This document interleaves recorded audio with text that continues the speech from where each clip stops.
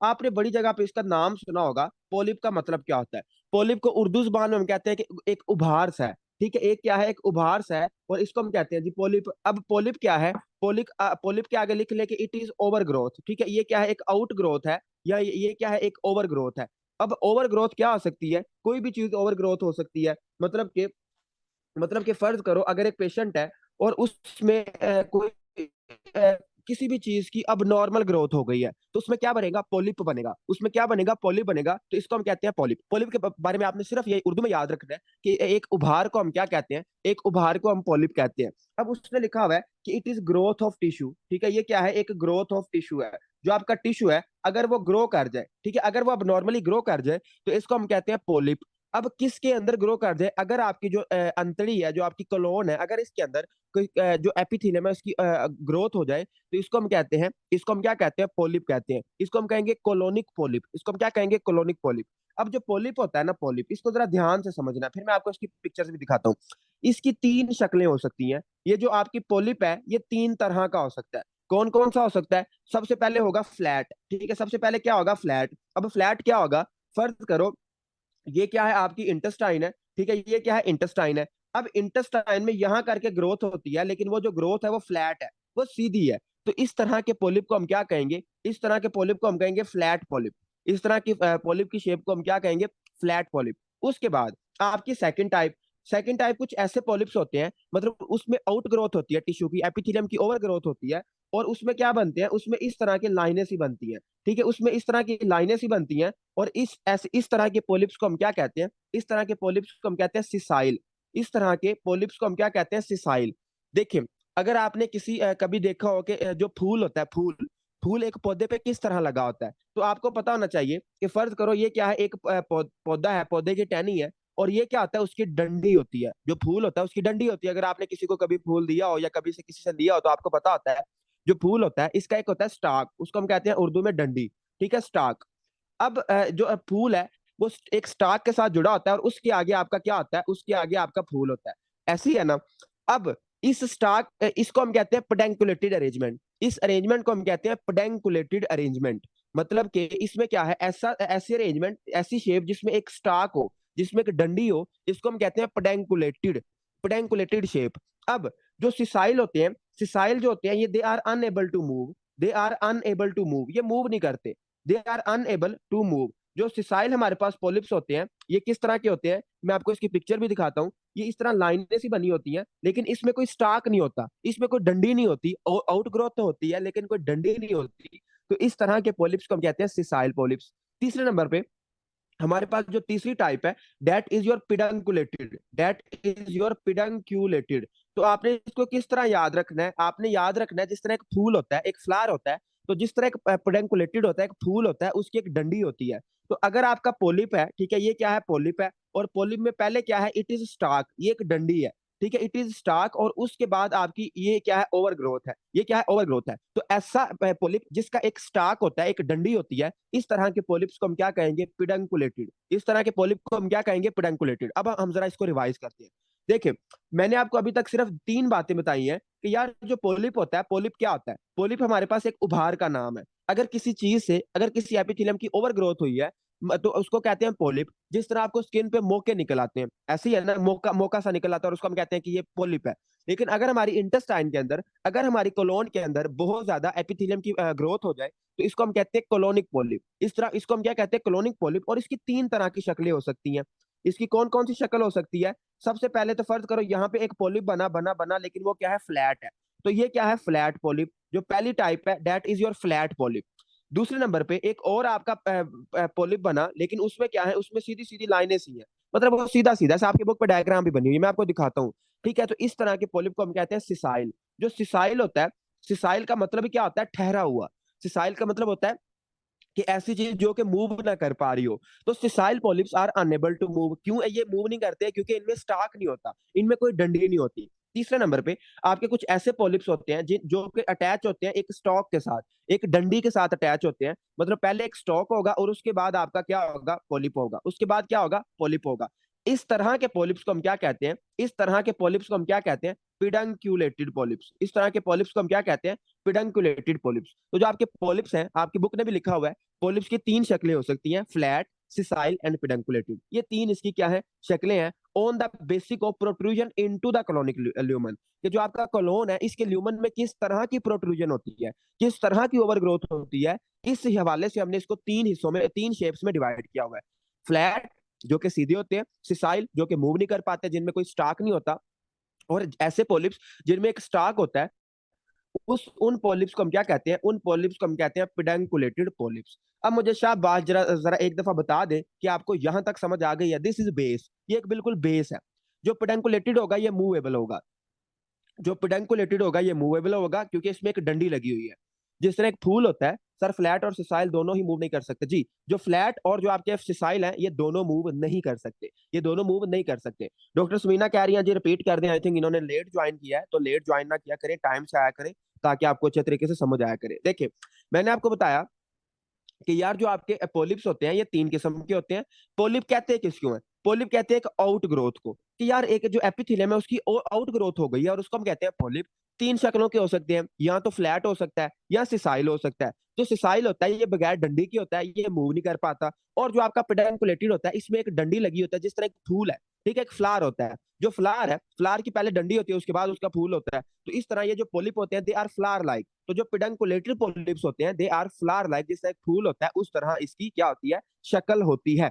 अब जरा मैं ना आपको एक दफा बुक पे लेके चलता हूँ, और आपको एक दफा इसकी डायग्राम दिखा दूं, और फिर मैं आपको ये बताता हूँ कि हमने पढ़ना क्या है, जो चीज आपने लाजमी याद करनी है, क्योंकि इसमें बड़ी फजूल बातें भी लिखी हुई हैं, तो उन फजूल बातों पे हमने ज्यादा सर नहीं खुपाना।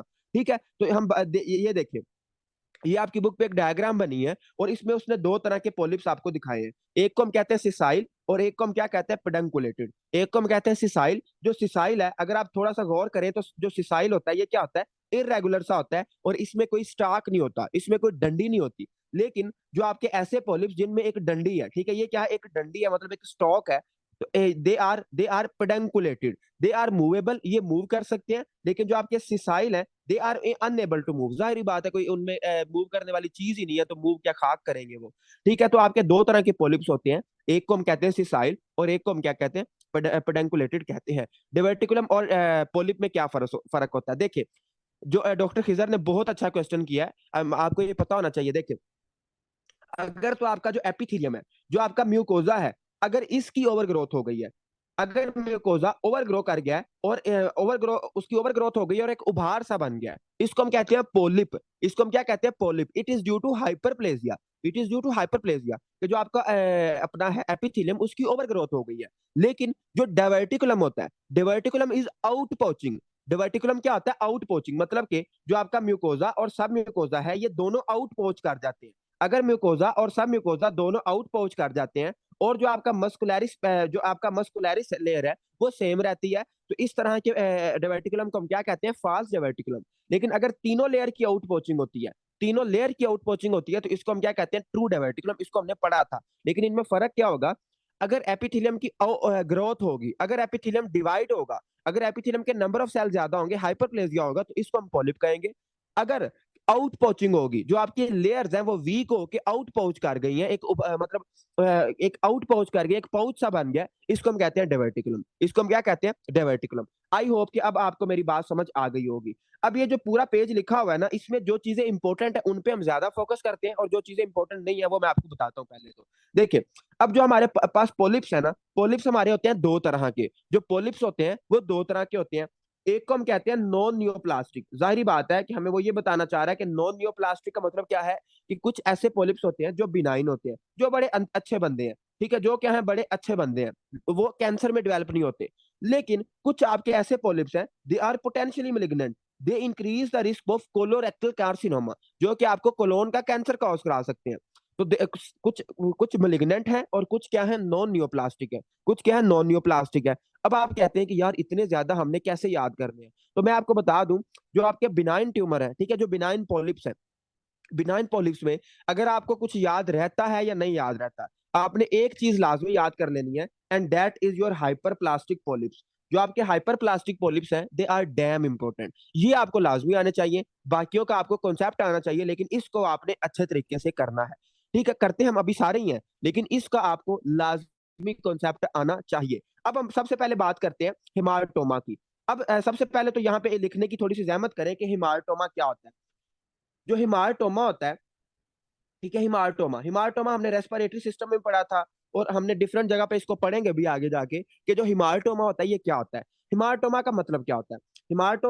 हिमाटोमा की आगे लिख लें, इसकी डेफिनेशन है, इसकी डेफिनेशन है जी, disorganized growth, disorganized growth, disorganized growth of a tissue, disorganized growth of a tissue. अगर एक टिश्यू की अगर एक टिश्यू की डिसऑर्गेनाइज्ड ग्रोथ होते हैं, ग्रोथ हो रही है लेकिन उसकी डिसऑर्गेनाइज्ड ग्रोथ ग्रोथ हो रही है, तो इस तरह इसको हम क्या कहते हैं? इसको हम कहते हैं हेमाटोमा। इसको हम क्या कहते हैं? हिमाटोमा। और अपने पल्ले बांध लें, अपने दिमागों पे लिख लें कि जो हिमाटोमा होता है, इट इज नॉट कैंसर। ये कैंसर नहीं होता, ये अब नॉर्मल ग्रोथ भी नहीं होती, ये डिसऑर्गेनाइज्ड ग्रोथ होती है। मतलब कि फर्ज करें ये सेल्स है ना, ये सेल्स है, तो सेल्स ग्रो तो कर रहे हैं, लेकिन कोई किधर बैठा हुआ है जाके, कोई किधर बैठा हुआ है, तो इनकी लोकेशन अब नॉर्मल सी होती है, मतलब इनकी अब नॉर्मल अरेंजमेंट होती है। तो अगर सेल की ग्रोथ हो रही है और वो डिसऑर्गेनाइज ग्रोथ है, और अगर उसमें अब नॉर्मेलिटी है, उसमें कोई लोकेशन का कोई हिसाब किताब नहीं पता चल रहा, तो इसको हम क्या कहते हैं? इसको हम कहते हैं हिमाटोमा। इसको हम क्या कहते हैं? हिमाटोमा। अब होता क्या है कि आपके कुछ ऐसे पोलिप्स हैं जो आपकी इंटेस्टाइन है, इसमें कुछ ना कुछ ऐसे पोलिप्स हैं जिनको हम कहते हैं हिमाटोमेटियस पोलिप्स। इनको हम क्या कहते हैं? हिमाटोमेटियस पोलिप्स। जो हिमाटोमेटियस पोलिप्स है, ये बेचारे अकेले हैं, ठीक है, दे आर सोलिटरी। सोलिटरी का मतलब क्या होता है? अकेला, तन्हा, एक। तो solitary lesions do not have risk of transformation. ये अकेले से होते हैं, मतलब ये सिंगल ही होते हैं आपकी तरह। और ये क्या है? दे आर सिग्निफिकेंट रिस्क, इनका कोई सिग्निफिकेंट रिस्क नहीं होता ट्रांसफॉर्मेशन का, मतलब कि ये मेलिग्नेंट नहीं होते, ये कैंसर में डेवलप नहीं होते, और इसलिए हम इसको बिनाइन पॉलिप्स कहते हैं। और they are growth of normal colonic tissues. They are मतलब इन ये किसकी ग्रोथ है? They are growth of normal colonic tissue. जो क्लोन की ग्रोथ है उनकी ग्रोथ होती है, लेकिन ग्रोथ कौन सी होती है? Distorted architecture. ये लफ्ज थोड़ा सा मुश्किल लिखा हुआ है, आप इसको लिख लो, इसके आगे लिख लो अब नॉर्मल अरेंजमेंट। कि जो आपके क्लोन है, क्लोन के टिश्यू है, उनकी ग्रोथ तो होगी लेकिन वो अब नॉर्मल अरेंज्ड होंगे। जो सेल्स होंगे, ग्रोथ तो होगी लेकिन उनकी क्या होगी? अब नॉर्मल अरेंजमेंट होगी, अब नॉर्मल अरेंजमेंट होगी। तो इसको हम क्या कहते हैं? इसको हम कहते हैं जी हिमाटोमेटियस पॉलिप्स। इसको हम क्या कहते हैं? हिमाटोमेटियस पॉलिप्स। जो हिमाटोमेटियस पॉलिप्स है, ये अकेले होते हैं, मतलब सोलिटरी होते हैं, और they are solitary and they are growth of normal colonic tissues with distorted architecture. इनमें जो सेल्स होंगे दे विल बी डिस्टॉर्टेड, उनकी उनकी ना अरेंजमेंट सही तरह नहीं होगी। तो अगर अरेंजमेंट सेल की सही तरह ना हो तो इसको हम कहते हैं हिमाटोमा। और हिमाटोमा क्या होता है? हिमाटोमा आपका कैंसर नहीं होता, इसको अपने पल्ले बांध ले, ये कैंसर नहीं होता, ठीक है। तो it is associated with Peutz जैगर सिंड्रोम। ये जो आपका प्यूर्स जैगर सिंड्रोम है, इतना मुश्किल सा नाम है इसका, लेकिन ये है बिल्कुल आसान है, इसको हम आगे जाके अभी पढ़ते हैं कि ये क्या होता है। और जेविनाइल पॉलीपोसिस, इसको भी हम आगे, ये दोनों डिजीजेस हमने पढ़नी है। और इन दोनों डिजीजेस में क्या होता है? इन दोनों डिजीजेस में हमारे पास क्या बनते हैं? हिमाटोमेटियस पॉलिप्स बनते हैं। उसके बाद अब जरा हम आगे चलते हैं, और आगे है जी हमारा हाइपर प्लास्टिक पॉलिप। ये जो आपका पैराग्राफ है इसमें सबसे इंपॉर्टेंट सिर्फ यही है, बाकी इतना इंपॉर्टेंट नहीं है। जो हाइपर प्लास्टिक पॉलिप्स है, इसको अच्छे से तरीके से आपने कर लेना है। They are most common, smaller and predominantly located in recto sigmoid junction. जो आपका रेक्टम और सिग्मॉइड, ठीक है, रेक्टो सिग्मॉइड जंक्शन होता है, जो रेक्टो सिग्मॉइड जंक्शन होता है वहां पे ये बहुत कॉमन है। और मुझे जरा शाबाश पहले तो ये बताए ना कि जो रेक्टो सिग्मॉइड जंक्शन है, जो आपका रेक्टो सिग्मॉइड जंक्शन है, इसको हम कौन सा एरिया कहते हैं? इसको हम कौन सा एरिया कहते हैं? कल ही हमने पढ़ा था जी। यहाँ पे किस चीज के चांसेस सबसे ज्यादा होते हैं? यस, डॉक्टर काशिफ, डॉक्टर समन शाह, एक्सीलेंट, माशाल्लाह, बिस्कीक वाले लावे भी बोल रहे हैं। तो जो आपका रेक्टो सिग्मॉइड जंक्शन होता है, जो आपका रेक्टो सिग्मॉइड जंक्शन होता है, इस पे क्या होता है? It is water shade area, it is water shade area, और इसमें एस्कीमिया या नेक्रोसिस के चांसेस बहुत ज्यादा होते हैं, ठीक है। इसमें क्या होते हैं? बहुत ज्यादा चांसेस होते हैं। चले, कोई और अगर एनाटॉमी का कोई लावा बैठा हुआ है तो वो भी मुझे बता दे कि जो रेक्टो सिग्मॉइड जंक्शन होता है, ये किस जो it is water shade area between two arteries, उन आर्टरीज का नाम बताएं। It is watershed area between two arteries, और उस आर्टरी का क्या नाम है? जी, डॉक्टर खिजर है आज माशाल्लाह, एक आर्टरी का बता दिया और बाकी दूसरी आर्टरी का बता दिया डॉक्टर नादिया ने। देखें, जो आपकी है सिग्मोइडल आर्टरी, मतलब सिग्मोइडल, और जो आपकी इंफीरियर मेसेंटेरिक आर्टरी है, उसमें क्या है? उसमें ये आपका वाटरशेड एरिया होता है, और इसमें हाई एस्कीमिया के चांसेस होते हैं, ठीक है। इसमें सॉरी, सुपीरियर रेक्टल आर्टरी, जो आपकी सुपीरियर रेक्टल आर्टरी और उसके दरमियान है इंफीरियर मेसेंटेरिक आर्टरी, इसके दरमियान ये आपका होता है वाटर शेड एरिया। ठीक है, तो ये इट इज रेक्टोसिग्मोइड रीजन, माशाल्लाह आपको आता है, बड़ी अच्छी बात है, सुन के काफी खुशी हुई है। और इसमें क्या आता है, स्कीमिया के चांसेस बहुत ज्यादा होते हैं। उसके बाद it occasionally evolves into serrated polyps and more advance region. अब ये जो सेरेटेड पॉलिप्स है इसको हमने अभी अभी पढ़ना भी है। ये देखें, ये आपका लिखा हुआ है सेरेटेड पॉलिप्स, ठीक है, सेरेटेड पॉलिप्स, तो इसको हमने अभी पढ़ना भी है, ये क्या होता है, लेकिन इसको पढ़ना नहीं है, इसको हमने छोड़ना है क्योंकि ये इतना इंपॉर्टेंट नहीं है। तो खैर हम बात करते हैं जो आपके हाइपर प्लास्टिक है। अब हाइपर प्लास्टिक पॉलिप्स की आप कहते हैं कि यार समझ का कभी नहीं आई इसकी। जो हाइपर प्लास्टिक पॉलिप्स है इसमें क्या होता है, इसमें हाइपरप्लेजिया होता है। जो आपका कोलोन है, कोलोन का क्या होता है, हाइपरप्लेजिया। कोलोन का क्या होता है, हाइपरप्लेजिया, और इसको हम कहते हैं हाइपर प्लास्टिक पॉलिप्स। उससे क्या बनते हैं, पॉलिप्स बनते हैं, और इसको हम क्या कहते हैं, hyperplastic polyps. They are most common, generally smaller and predominant. ये ज्यादातर कहाँ पे लोकेटेड है, they are located on rectosigmoid region. ये इंपॉर्टेंट बात है कि जो आपके हाइपर प्लास्टिक पॉलिप्स है ये कहाँ पे लोकेटेड है, they are located on the rectosigmoid region. Rectosigmoid जो रीजन है दैट इज द ब्रांच, मतलब इट इज वाटरशेड एरिया। यहाँ पे स्कीमिया के चांसेस बहुत ज्यादा होते हैं। क्यों ज्यादा होते हैं, क्योंकि इसकी डुअल सप्लाई होती है। आपकी एक इंफीरियर मेसेंटेरिक आर्टरी की सप्लाई होती है और एक आपकी किसकी सप्लाई होती है, रेक्टल आर्टरी की। ठीक है, तो ये आपने याद रखना है, जो सुपीरियर रेक्टल आर्टरी और जो इंफीरियर मेसेंटेरिक आर्टरी है इसकी क्या होती है, यहाँ पे ब्रांचिंग होती है। Occasionally it occasionally evolves into serrated polyps. इसको छोड़ें, आगे है जी आपका इन्फ्लेमेटरी सूडोपॉलिप्स। इसमें एक क्वेश्चन है और वो मैं आपसे बाद में पूछता हूँ, पहले जरा इसको पढ़ लें। इसमें होता क्या है, इसमें होती है जी mucosal erosion in the inflammatory bowel disease. जो आपकी आईबीडी है, जो आपकी इन्फ्लेमेटरी बाउल डिजीज है, इसमें जो म्यूकोजा होता है उसकी इरोजन हो जाती है। वहां पे क्या बन जाते हैं, वहां पे जख्म से बन जाते हैं, वहां पे क्या बन जाते हैं, जख्म से बन जाते हैं, और आपको पोलिप बन जाता है। अब आप माशाल्लाह सारे बड़े लावे हैं और बड़े अक्लमंद हैं। आप कहते हैं कि यार इरोजन है, और इरोजन को हम पोलिप क्यों कह रहे हैं, जो इरोजन है इरोजन को पोलिप क्यों कह रहे हैं, तो इसको जरा सुन लें। ये आपकी बुक पे मैंने उधर बताना आपको भूल गया था, जब मैंने आपको इन्फ्लेमेटरी बाउल डिजीज पढ़ाना था तो मैंने ये बताना था, लेकिन मेरे जेहन से निकल गया था। तो लेकिन इसको यहाँ पे हम गौर से आपने सुन लेना है और इसको समझ लेना है। देखो, फर्ज करो ये क्या है, आपकी इंटेस्टाइन है। ठीक है, दिस इज योर कोलोन। ठीक है, ये क्या है, आपकी इंटेस्टाइन है। इसको गौर से देखना है अपना, ये इंपॉर्टेंट बात है और ये एमसीक्यूज भी आता होता है। देखिए ये क्या इंटेस्टाइन है, और यहाँ पे क्या हुई, यहाँ पे इरोजन हुई। ठीक है, यहाँ पे क्या हुई, इरोजन, यहाँ पे भी इरोजन है। ठीक है, फर्ज करें, मतलब ये एरोटिड एरिया, यहाँ पे इरोजन हुई है, यहाँ पे जो आपकी इंटेस्टाइन है वहां पे जख्म बन गया। जब यहाँ पे इरोजन हुई, जब यहाँ पे इरोजन हुई तो क्या होगा, हीलिंग होगी। मतलब पहले इन्फ्लेमेशन होगी, मैंने आपको 1000 दफा बता चुका हूँ कि जब इन्फ्लेमेशन होती है तो हीलिंग होती है, हीलिंग के बाद फिर इन्फ्लेमेशन होती है, फिर हीलिंग होती है।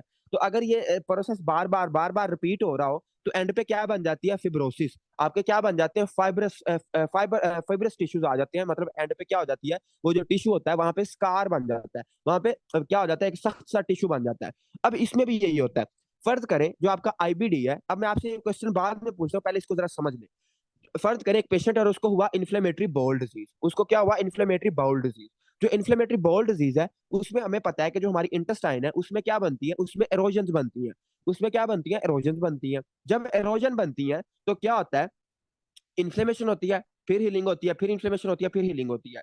तो यहाँ पे जब इन्फ्लेमेशन और हीलिंग होगी तो यहाँ पे क्या बनेगा, यहाँ पे आपकी ग्रेनुलेशन टिश्यू बनेगा। मतलब कि आपका फिब्रस टिश्यू बनेगा। यहाँ पे क्या हो जाएगी, उसकी फिब्रोसिस हो जाएगी, ग्रेन्युलेशन। ठीक है, यहाँ पे क्या होगी, उसकी ग्रेनुलेशन, ग्रेनुलेशन टिश्यू बनेगा। ग्रेनुलेशन टिश्यू को आप सिंपल याद रखें कि यहाँ पे क्या बन जाएगा, स्कार बन जाएगा। यहाँ पे क्या बन जाएगा, स्कार बन जाएगा। और इस ग्रेनुलेशन टिश्यू को देखें, ये है तो एक टिश्यू ना, लेकिन हमें लगेगा यार ये पॉलिप बना हुआ है ये पॉलिप नहीं है, ये पॉलिप नहीं है, इट इज ग्रेनुलेशन टिश्यू, ये एक स्कार है। लेकिन हमें ये लगेगा कि यार ये पॉलिप है। तो इस तरह के पॉलिप को हम क्या कहते हैं, अगर हमें कोई चीज लग कुछ और रही हो और हो कुछ और, तो उसको हम क्या कहते हैं, उसको हम कहते हैं सूडो। उसको हम क्या कहते हैं, सूडो। तो हमें ये लग क्या रहा है, पॉलिप रहा है, तो इसको हम कहेंगे सूडो पॉलिप। इसको हम क्या कहेंगे, इट इज सूडो पॉलिप। तो अब मुझे जरा शाबाश, आप लोग पहले ये बताएं कि हमने एक डिजीज पढ़ी थी जिसमें आपके म्यूकोजा की इरोजन होती हैं। और चले मैं आपको हिंट भी बता देता हूँ, उसमें हमें फ्राइएबल म्यूकोजा मिलता है। उसमें हमें फ्राइएबल म्यूकोजा मिलता है। तो वो कौन सी डिजीज थी, सारे आंसर करेंगे, शाबाश, जाग जाएं, अगर आप सो गए हैं तो जाग जाएं। डॉक्टर खिजर है आदमी, माशाल्लाह सही आंसर कर दिया। बाकी भी जरा बताने की जहमत कर लें। डॉक्टर लाइबा और डॉक्टर काशिफ भी बिल्कुल सही बता रहे हैं। हमने एक डिजीज पढ़ी थी जिसमें हमने कहा था कि इरोजन होती हैं। जिसमें हमने क्या कहा था, इरोजन होती है। फिर मैं आपको एमसीक्यूज करवाता हूँ इसका। चलें जी, डॉक्टर निमरा, डॉक्टर अहमर माशाल्लाह, और डॉक्टर लाइबा सेकंड जो है हमारे पास, वो सारी सही, ये सही बता रहे हैं कि जो आपका आईबीडी है, और आईबीडी में कौन सा, डेट इज अल्सरेटिव कोलाइटिस। जो अल्सरेटिव कोलाइटिस है उसमें क्या बनता है, अल्सरेटिव कोलाइटिस में क्या बनता है, एरोजन बनती है। और कौन सी एरोजन बनती है, म्यूकोजल एरोजन। जो म्यूकोजा है उसकी क्या बनती है, एरोजन बनती है। तो आपने ये चीज याद रखनी है, ये बड़ा इंपॉर्टेंट एमसीक्यूज है कि जो अल्सरेटिव कोलाइटिस है इसमें आपको कौन से पॉलिप मिलते हैं, इसको लिख लें। बल्कि मैं उस दिन आपको बताना भूल गया था, मेरे ज़हन से निकल गया था। तो जो अल्सरेटिव कोलाइटिस है इसमें आपको कौन सी पॉलिप्स मिलते हैं, तो आपने कहना है सूडो पॉलिप्स। आपने क्या कहना है, सूडो पॉलिप। जो अल्सरेटिव कोलाइटिस है इसमें आपको पॉलिप्स कौन सी टाइप के मिलते हैं, तो आपने कहना है सूडो पॉलिप। अब आपको सूडो पॉलिप का कॉन्सेप्ट होना चाहिए। सूडो पॉलिप क्या होता है कि अगर एक जगह पे इन्फ्लेमेशन हो, डॉक्टर मुकद्दस पूछ रहे हैं जी, एक दफा रिपीट कर दें, देखें। फर्ज करें आपकी ये क्या है, इंटेस्टाइन है, ठीक है, ये क्या है, इंटेस्टाइन है। और इंटेस्टाइन में क्या होती है, इंटेस्टाइन में होती है इन्फ्लेमेशन। फर्ज करें यहाँ पे क्या हुई, इन्फ्लेमेशन। यहाँ पे भी इन्फ्लेमेशन हुई। जब बार बार इन्फ्लेमेशन होगी, बार बार हीलिंग होगी, बार बार इन्फ्लेमेशन होगी, एक ही चीज बार बार हो रही है, तो एंड पे क्या बन जाता है, एक स्कार सा बन जाता है। हम इसको पढ़ेंगे भी कि जब बार बार इन्फ्लेमेशन होती है, बार बार हीलिंग होती है, तो हमारे पास ग्रेनुलेशन टिश्यू बन जाता है। ग्रेनुलेशन टिश्यू क्या होता है कि उसमें फिब्रस टिश्यूज आ जाते हैं, मतलब एक स्कार। जिस तरह एक स्कार होता है उस तरह हमें बन जाता है। तो जो हमारी इंटेस्टाइन है वहां पे अगर एक पेशेंट को अल्सरेटिव कोलाइटिस हो गया, तो अल्सरेटिव कोलाइटिस में क्या बनती है, एरोजन बनती है। तो बार बार एरोजन, बार बार हीलिंग, बार बार एरोजन, बार बार हीलिंग, इससे होगा क्या कि ग्रेनुलेशन टिश्यू बन जाएगा। इससे होगा क्या, ग्रेनुलेशन टिश्यू बनेगा। और ग्रेनुलेशन टिश्यू की वजह से इसको हम ये हमें लगेगा तो एक पोलिप है। हमें लगेगा कि यार ये ना एक पोलिप है, लेकिन ये पोलिप नहीं होगा। तो ऐसी चीजें जो हमें लगती कुछ और है और होती कुछ और है, तो उनको हम क्या कहते हैं, उनको हम कहते हैं सूडो, फाल्स। सूडो का मतलब होता है फाल्स। तो सूडो पोलिप्स, ठीक है, ये क्या है, दे आर सूडो पोलिप्स। और ये बड़ा ही इंपॉर्टेंट एमसीक्यूज है, बहुत इंपॉर्टेंट एमसीक्यूज है कि अल्सरेटिव कोलाइटिस में आपको किस किस्म के पोलिप्स मिलते हैं, तो आपने कहना है सूडो पोलिप्स। आपने क्या कहना है, सूडो पोलिप्स मिलते हैं। तो ये आप ये लिखा भी हुआ है इसने कि इसमें क्या होगा, inflammatory pseudopolyps, it is due to mucosal erosion inflammatory bowel disease. और इसके आगे लिख लें कि ये किस में होता है, ये अल्सरेटिव कोलाइटिस की बात कर रहा है कि जो अल्सरेटिव कोलाइटिस है उसमें आपको सूडोपोलिप्स मिलते हैं। जो अल्सरेटिव कोलाइटिस है उसमें आपको क्या मिलते हैं, सूडोपोलिप्स मिलते हैं। उसके बाद है जी आपका म्यूकोजल पोलिप्स। जो म्यूकोजल पोलिप्स हैं ये क्या होते हैं, तो म्यूकोजल पोलिप्स में कुछ भी नहीं है, सिर्फ आपने ये याद रखना है कि ये बड़े छोटे से होते हैं और इनका साइज क्या होता है, लेस देन 5 मिलीमीटर होता है। ये आपको याद रहे या ना याद रहे, कोई मसले वाली बात नहीं है। It look similar to normal mucosa, clinically insignificant. और मैं आपको ना एक चीज बता दूं, अगर जहां पे भी आप कोई पढ़े ना इसमें कि ये चीज क्लिनिकली इनसिग्निफिकेंट है, तो आपने उसको फौरन ही छोड़ देना, उस पर सर खपाने की आपको जरा भी जरूरत नहीं है। हमने वो चीजें करनी होती हैं जो कि हमारे लिए क्लिनिकली सिग्निफिकेंट है, जो हम मरीज में देखें और हमें हमारे डायग्नोज में हेल्प करे। तो ये डायग्नोज में हेल्प नहीं करता, दे आर क्लिनिकली इनसिग्निफिकेंट, इसका ना कोई सिम्टम आता है ना कोई मसला आता है, तो इसको आपने बिल्कुल नहीं करना। ऐसी चीजें जो क्लिनिकली इनसिग्निफिकेंट होती है आपने उसको फौरन छोड़ देना है। उसके बाद है जी आपका सब म्यूकोजल पॉलिप्स। जो सब म्यूकोजल पॉलिप्स है इसमें आपके लाइपोमास, लियोमायोमास, फिब्रोमास एंड अदर लीजन्स। तो इसको आपने सिर्फ एक दफा पढ़ लेना है, इसमें कुछ भी नहीं है।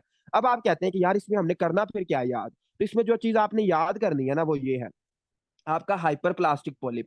जो हाइपर प्लास्टिक पॉलिप है इसको आपने अच्छे तरीके से कर लेना है, बाकियों को एक दफा कॉन्सेप्ट क्लियर करके छोड़ देना है, कोई रट्टा मारने की जरूरत नहीं है। ठीक है। ये सारे क्या थे, ये सारे वो पॉलिप्स हैं जो कि हमारे पास क्या होते हैं, जो कि बिनाइन है, जो कि क्या है, बिनाइन है, मतलब बड़े अच्छे बंदे हैं, उनका कोई खास हमें मसला नहीं आता।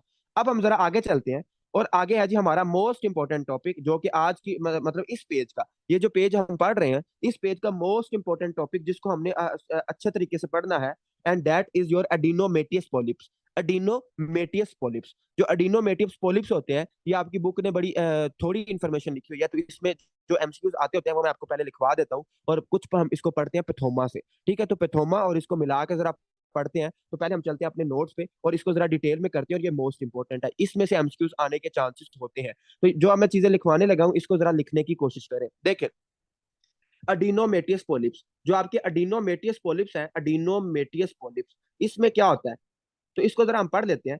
आपको पता है कि पोलिप क्या होता है, पोलिप हमारे पास होता है ओवर ग्रोथ, कि अगर किसी चीज की आउट ग्रोथ हो गई है तो उसको हम क्या कहते हैं, पोलिप कहते हैं। अडीनो का मतलब क्या होता है, ग्लैंड सिक्रेटिंग, और मेटियस का मतलब क्या होता है कि मतलब ये कोई स्ट्रक्चर है। अब इसमें क्या है, it they are neoplastic, they are neoplastic, they can develop to cancer. अगर हम इसको ठीक नहीं करेंगे तो ये क्या करेगा, it can develop to cancer. अच्छा, डेवलप कैंसर हो जाएगा, लेकिन इसकी हमने क्लासिफिकेशन बनाई हुई है। इसको जरा गौर से समझ लेना और इसको बुक पे लाजमी नोट कर लेना, ये इंपॉर्टेंट बात है। इसमें जो एमसीक्यूज आते हैं वो ये वाले आते हैं जो अभी मैं आपको बताने लगा हूँ। देखिए, जो आपका एडिनोमेटिस पोलिप्स होते हैं, इसकी क्लासिफिकेशन क्या है, इसकी क्लासिफिकेशन हमारे पास क्या है। तो इसकी क्लासिफिकेशन को हमने मतलब इसकी क्लासिफिकेशन हम दो तरीकों से कर सकते हैं। जो आपका एडिनोमेटिस पोलिप्स है, इसकी क्लासिफिकेशन हम दो तरीके से कर सकते हैं। एक, हम शेप की मदद से कर सकते हैं कि जो एडिनोमेटिस पोलिप है इसकी शेप क्या है। पहले नंबर पे हम इसकी शेप की मदद से कर सकते हैं क्लासिफिकेशन।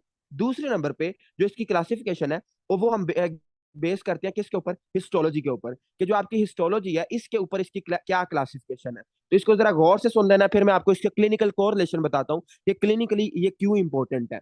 देखिए, जो इसकी शेप है, इसकी शेप दो तरह की हो सकती है। जो इसकी शेप है वो शेप दो तरह की हो सकती है, और दोनों शेप्स मैंने आपको अभी डिटेल में पढ़ाई है। कि एक शेप क्या होगी, एक शेप आपकी होगी क्या, सिसाइल। ठीक है, एक शेप क्या होगी, सिसाइल। अभी मैंने आपको पढ़ाया कि जो सिसाइल होते हैं ये किस तरह के होते हैं, मतलब कि उनमें क्या होगा, उनमें कोई स्टाक नहीं होगा और वो मूव नहीं कर पाएंगे। उसके बाद जो आपकी दूसरी शेप है, that is your pedunculated adenomatoous polyps, sessile adenomatoous polyps and pedunculated adenomatoous polyps, दो तरह की आपके इसकी शक्लें होती हैं। तीसरे नंबर पे अगर हम इसकी बात करें हिस्टोलॉजी की, अगर हम इसकी हिस्टोलॉजी की बात करें तो हिस्टोलॉजी के बेस पे हमने इसको मतलब टू टाइप्स में डिवाइड किया हुआ है। इसको हमने किस में डिवाइड किया हुआ है, टू टाइप्स में डिवाइड किया हुआ है। एक को हम क्या कहते हैं, एक को हम कहते हैं ट्यूबुलर, ठीक है, एक को हम क्या कहते हैं, ट्यूबुलर। ट्यूबुलर क्या होता है कि इसमें ट्यूब्स बनेंगी इस तरह ना, इस तरह, इसमें मैं आपको ना इसकी डायग्राम भी दिखाता हूँ। इसमें इस तरह की ट्यूब्स बन रही होंगी। जब हम इसको इसकी हिस्टोलॉजी स्लाइड बनाएंगे तो इसमें ट्यूब्स बन रही होंगी। तो इस तरह की हिस्टोलॉजी को हम कहते हैं ट्यूबुलर हिस्टोलॉजी। उसके बाद या फिर इसमें क्या बन रहे होंगे, विलाई बन रहे होंगे, हेयर लाइक ग्रोथ पैटर्न होगा। तो इस तरह की हिस्टोलॉजी को हम क्या कहते हैं, विलस। इस तरह की हिस्टोलॉजी को हम क्या कहते हैं, विलस। तो आपके पास चार टाइप्स हैं, मतलब जो अडीनोमेटिस पॉलिप्स है इसकी चार टाइप्स है। दो शेप के ऊपर बेस्ड है और दो आपकी हिस्टोलॉजी के ऊपर बेस्ड है। शेप के ऊपर जो बेस्ड है उनको हम कहते हैं, एक को हम कहते हैं सिसाइल और एक को हम कहते हैं पेडुंकुलेटेड। अभी मैंने आपको बताया ये क्या होते हैं। उसके बाद मैंने आपको कहा कि जो हिस्टोलॉजी होती है, हिस्टोलॉजी भी दो तरह की है। या ट्यूबुलर, लंबे लंबी ट्यूब्स की तरह की हो सकती है, या फिर विलस हो सकती है। अब आप सारे माशाल्लाह बड़े सियाने हैं और आप कहते हैं कि यार हम ये पढ़ क्यों रहे हैं, मतलब हमें क्या जरूरत पड़ गई है कि हम उसकी हिस्टोलॉजी भी पढ़ें। तो इसको जरा गौर करें। देखिए, ये बहुत इंपॉर्टेंट एमसीक्यूज है, इसको लाजमी लिख लेना। कि जो आपकी विलस हिस्टोलॉजी है, जो आपके विलस एडिनोमेटस पॉलिप्स है, ऐसे एडिनोमेटस पॉलिप्स जिनमें जिनकी हिस्टोलॉजी विलस होती है, उनके ज्यादा चांसेस होते हैं, they have more chances to develop into cancer. इनके ज्यादा चांसेस होते हैं कैंसर में डेवलप होने के। दोबारा सुने, जो विलस हिस्टोलॉजी वाले हैं, जो आपके विलस हिस्टोलॉजी वाले एडिनोमेटिस पॉलिप्स है, इनके ज्यादा चांसेस होते हैं किस में डेवलप होने के, कैंसर के। किस में डेवलप होने के, कैंसर के। ओके, अब आप कहते हैं कि यार अच्छा ये तो हमें बात समझ आ गई है, ये तो इंपॉर्टेंट एमसीक्यूज था वाकई। लेकिन इसमें एक और एमसीक्यूज आता होता है और बड़ा इंपॉर्टेंट एमसीक्यूज है। इसको जरा गौर से आपने कर देना। ये बड़ी पैथोलॉजी की बुक्स पे लिखा भी हुआ है और आपकी उसमें पैथोमा में भी आई थिंक लिखा हुआ है, और उसमें स्टेप टू सी में ये बात लिखी हुई है। जो अगर आप फर्ज करें, अब आप कहते हैं कि यार हमें ये भी बताएं कि हम अगर किसी की करते हैं क्लोनोस्कोपी, मतलब हम एंडोस्कोपी करते हैं, तो हम कैमरा डालते हैं उसकी आंत के अंदर और हम देखते हैं कि अंदर कितने पोलिप्स बने हुए हैं। तो अगर हम किसी बंदे की क्लोनोस्कोपी करते हैं तो हम कौन कौन से जो पोलिप्स हैं उनको हमें कैसे पता चलेगा कि कौन कौन से ऐसे पोलिप्स हैं जो कि कैंसर में डेवलप होने के जिनके ज्यादा चांसेस हैं। तो एक तो आपको पता चल गया कि यार अगर विलस हिस्टोलॉजी होगी ना तो ज्यादा चांसेस है, अगर विलस हिस्टोलॉजी है तो इसके ज्यादा चांसेस है। लेकिन उसके बाद अगर आप कहते हैं कि यार अगर हम किसी की करें क्या, कोलोनोस्कोपी, अगर हम किसकी क्या करें, कोलोनोस्कोपी करें। कोलोनोस्कोपी का मतलब क्या है कि अगर हम किसी का कोलोन देखें, हम कैमरा डालें और उसके अंदर कोलोन देखें और कोलोन के अंदर क्या बने हुए हैं, बहुत ज्यादा पॉलिप्स बने हुए हैं। अगर बहुत ज्यादा पॉलिप्स बने हुए हैं तो ये लिख लें, अपनी बात अपने जेन पे भी बात लिख लें, ये बड़ा इंपॉर्टेंट एमसीक्यूज है।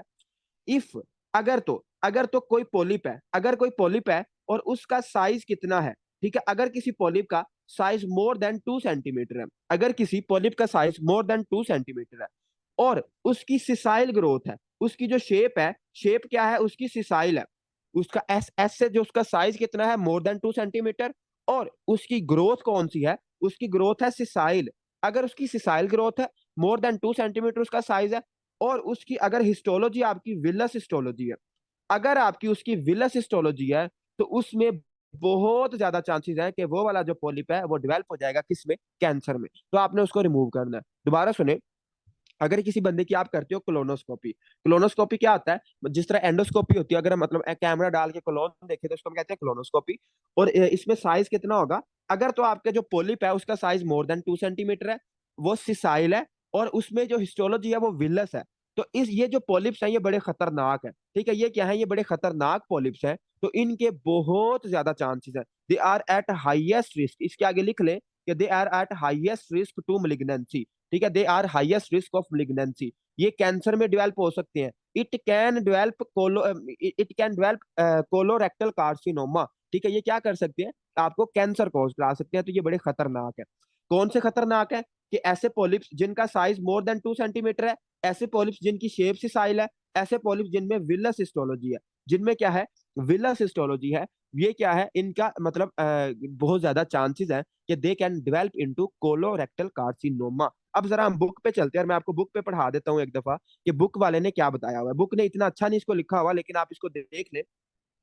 कहाँ गया हमारा, हाँ, जो एडिनोमेटिस पोलिप्स होते हैं, इसने ये लिखा हुआ है, अगर आप थोड़ा सा गौर करें तो दे आर नियोप्लास्टिक। नियोप्लास्टिक का मतलब क्या है, नियोप्लास्टिक का मतलब क्या है कि ये दे आर कैंसरस, ये कैंसर है। क्रोमोसोमल इंस्टेबिलिटी पाथवे, मतलब इसमें क्या होता है, इसमें ना मैं आपको एक चीज अभी पढ़ाता हूँ, लेकिन अभी थोड़ी बाद में बात करते हैं।